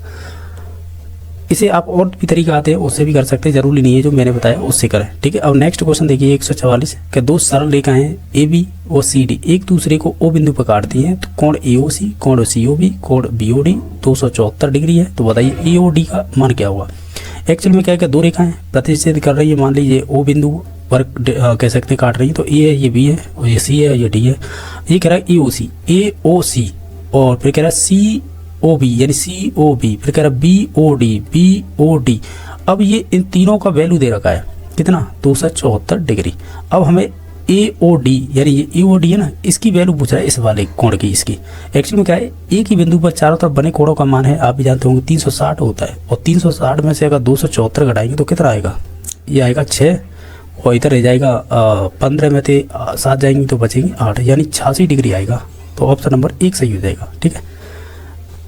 अब करना कैसे था आपको मालूम होगा, ये दो इसमें कह रहा था एक दूसरे को ओ बिंदु पर काटती हैं, तो हमने काट दिया और फिर इसमें जो मान दे रखे थे 274 AOC और COB और BOD, इनका टोटल वैल्यू दे रखा था 274 डिग्री। और फिर हमें जानते हैं कि एक ही बिंदु पर बने सभी कोणों का चारों तरफ कोणों का योग 360 होता है, उसमें से इसे घटा दिया तो जो AOD का वैल्यू का मान निकल के आया ना इस भाग का, वो कितना आया, 86 डिग्री आया और यही राइट आंसर हो जाएगा। क्वेश्चन नंबर नेक्स्ट देखिएगा, दो सरल रेखाओं के परस्पर प्रतिच्छेदन के क्रम में निम्न कथनों पर ध्यान देकर सही कथन बताइए। जैसे आसन कोण पूरक होते हैं, पूरक का मान तो ये 90 डिग्री होता है, जबकि नहीं होता है, क्योंकि जो भी आसन कोण होंगे ना वो संपूरक होते हैं, कम से कम 180 डिग्री होना चाहिए। तो ये तो गलत था, ये सही है। सीसा विमुख कोण बराबर होते हैं, ये भी बात सही है, क्योंकि सीसा विमुख कोण यही तो होते हैं आमने सामने वाले, तो ये बराबर होते हैं। बाकी सीसा विमुख कोण संपूरक होते हैं, ये कहना गलत है। तो हम ये कहेंगे BOC किसमें, ऑप्शन नंबर 2 सही हो जाएगा। नेक्स्ट देखिएगा, ये कह रहा है दी गई आकृति में कौन से कथन सत्य हैं। अगर आप इन्हें ध्यान से देखें ना तो एक्चुअल में क्या है, ये क्वेश्चन थोड़ा लेवल से अच्छा ही पूछा है। देखो जैसे ये कह रहा है कि ACE बराबर 180, देखो ये तो संबंध होगा नहीं, आप खुद से भी देख लेना करके, ये हो सकता है, तो ये संबंध हो सकता है कैसे, A और C प्लस E, यानी A कहाँ पर है ये, C कहाँ पर है ये, और E कहाँ पर है ये कहीं ना कहीं एक स्टेप छोड़ के ये कोणों का योग 180 दे रखा है, ठीक है। यानी AC और E का योग दे रखा है वो 180 दे रखा है। हम जानते हैं एक रेखा पर बने चारों तरफ जो भी कोण होते हैं उनका 360 होता है। अगर 360 में से 180 घटाएंगे तो 180 बचेगा, तो बाकी कोणों का मान बचेगा वो BDF। तो हम ये बात कह सकते हैं ये सही है, ठीक है। बाकी है BF प्लस है और C प्लस E प्लस है, तो ये बराबर कह रहा है। तो देखिएगा B है कहाँ पर है, B ये रहा, ठीक है। B है वो B है, इसके समान सीसा विमुख कोण हो जाएगा E, तो वो दे रखा है B की सीसा विमुख कोण E दे रखा है। फिर दे रखा है F कहाँ पर है ये, इसका सीसा विमुख कोण C है, तो यहाँ पे दे रखा है। एक्चुअल में क्या है कि B प्लस F ये वाले इनका योग वो फिर C प्लस E का योग बराबर होगा, ये भी बात सही, क्योंकि सीसा विमुख कोणों का योग ही कह रहा है। तो ओवरऑल कहेंगे कि 2 और 3 सही हो जाएंगे कथन। बाकी एक नंबर से कोई मतलब नहीं था, आप करके देख लेना, कोई संबंध नहीं निकल पा रहा है। क्वेश्चन नंबर नेक्स्ट देखिएगा, यदि दो समांतर रेखाओं को एक तिर्यक रेखा काटती हो, वह तिर्यक रेखा कि एक ओर वाले दो अंतःकोण जिनका परस्पर अनुपात दे रखा है 2:3 में है, तो बताइए बड़े कोण का मान क्या होगा। एक्चुअल में ये कह रहा है, क्या कह रहा है कि जैसे मान लीजिएगा कि अगर दो समांतर रेखाएं ये वाली है, ठीक है, एक तिर्यक रेखा काटती है, मान लीजिए ये काट रही है, ठीक है। फिर कह रहा है रेखा की एक ओर का मतलब है इधर की साइड बने कोणों का एक ओर बने अंतःकोण यही होंगे ये वाले, ठीक है। अंतःकोण 2:3 है, यानी एक्चुअल में क्या है, अंतःकोण होते हैं ना, इनका देखा जाए वैल्यू होती है, अंतःकोणों की बात की जाएगी परस्पर, तब हम कहते हैं कि अंतःकोणों का योग है वो आपका x प्लस वाई बराबर 180 होता है। यानी या तो इसे मत रखिएगा, टोटल ये ध्यान रखिए 180 होता है। इनका अनुपात दे रखा है 2x अनुपात 3x, इनका योग करेंगे तो वो 180 आएगा, तो ये हो जाएगा 2x प्लस 3x प्लस यानी 2x प्लस 3x बराबर हो जाएगा 180। x की वैल्यू निकालेंगे तो 2 और 3 5x, 5x बराबर 180, तो x की वैल्यू निकल के आएगी 36 डिग्री। एक्चुअल में क्या है, हमने अब तक जो निकाली ना वो x की वैल्यू निकाली है जो अनुपात में हमने माना था। तो अब 36 का गुणा डायरेक्टली इससे करेंगे तो इससे जो एक्चुअल में वैल्यू है वो निकल के आ जाएगी। 36 दूनी कितने होते हैं 72। फिर ये आपका इससे करेंगे गुणा 36 का, इससे एक्चुअल में वैल्यू निकल आएगी। तो ये आएगी 3 18, ठीक है, और 3 3 9 1 10, यानी हम ये कहेंगे, क्या कहेंगे, हमें लास्ट में पूछा गया था इसमें बड़ा कोण कौन सा है। अगर देखें ये तो 2x वाला तो 72 डिग्री निकल गया है, 3x वाला है 108 डिग्री, तो बड़ा कोण यही होगा, तो यही ऑप्शन हो जाएगा, ठीक है। बाकी अंतर कोणों का योग है, ध्यान रखना वो 180 डिग्री होता है। जब कोई दो समांतर रेखा एक तरह रेखा काटती है तो एक और बनी कोणों का योग 180 होता है, ठीक है। तो इसी हिसाब से क्या है, तो ऑप्शन नंबर इसका 3 सही हो जाएगा। क्वेश्चन नंबर 148 देखिएगा, दी गई आकृति में AB के समांतर CD है, AB के समांतर यानी इसके समांतर ये वाली है, तो बताइए x की वैल्यू, यानी x की वैल्यू मतलब ये इसके मान पूछ रहा है, ये वाला मैं जो चिन्ह लगाया ना ये वाला। एक्चुअल में क्या है कि आप भी जानते होंगे, अगर देखा जाए एक ही रेखा के एक ही ओर बनी कोणों का योग कितना होता है 180 होता है। आप तो या तो इससे कर लीजिए, इससे नहीं कर पाए तो फिर एक और तरीका क्या है कि ये वाला जो कोण है ना वो F वाला कोण है, ये संगत कोण होते हैं, तो फिर ये वाला 120 प्लस x ही हो जाएगा। अब क्या होगा, रेखा एक ही रेखा के एक और बनी कोणों का योग 180 कर लेंगे, तो एक्चुअल में होगा क्या कि 120 प्लस x यानी इन दोनों का योग किसके बराबर कर देंगे 180 के। फिर आगे वाले स्टेप में क्या करेंगे कि ये x और x है ना, ये प्लस है तो ये 2x हो जाएगी, और फिर 180 में थे हम इसे 95 करके किसको 120 को घटा देंगे, तो 2x बराबर आ जाएगी 60, तो x की वैल्यू निकालेंगे तो वो आ जाएगी 30 डिग्री। हमें यही पूछा था, बताइएगा इस x की वैल्यू कितनी आएगी, वो 30 डिग्री निकल के आई है, तो ऑप्शन कोई है, ऑप्शन नंबर 2 सही हो जाएगा। नेक्स्ट देखिएगा जो क्वेश्चन नंबर 149 है, इसे किस प्रकार करेंगे, इसे इस प्रकार कर सकते हैं। ये पूछ रहा है कि यदि दिए गए चित्र में रेखा L1 और L2 समांतर हों तो x का मान ज्ञात कीजिए, यानी इसकी वैल्यू पूछा है ये वाला, ठीक है। तो एक्चुअल में क्या कर सकते हैं हमने यहाँ पे किया ना संगत कोण, ऐसे ही करेंगे। यहाँ पे जैसे 37 डिग्री है और ये वाला कोण है ना 37 से हो जाएगा, संगत कोण हो जाएगा जी, ठीक है। और एक्चुअल में ये वाला कोण है ये भी संगत हो जाएगा, तो हमें उससे कोई लेना देना नहीं है, हमें इससे मतलब आओ जो है ना 58 डिग्री, तो ये शीर्षा में कोण होंगे तो ये भी 58 हो जाएगा। अब एक्चुअल में होगा क्या, हम जानते हैं एक रेखा के एक और बने सभी कोणों का अनुमान 180 होता है, तो हम 180 बराबर कर लेंगे 37 डिग्री प्लस 58 डिग्री प्लस और x डिग्री प्लस। अब इन्हें दो जोड़ेंगे तो 15 और 5 8 9 95 प्लस बराबर में हो जाएगा ये 180। 180 में तो 95 घटाएंगे तो कितना आएगा 5, इधर 17 में से 9 जाएगी तो कितनी बचेगी 8, यानी x की वैल्यू निकल के आई 85 डिग्री। है कोई ऑप्शन, ऑप्शन नंबर इसमें 2 दे रखा है, यही राइट आंसर हो जाएगा।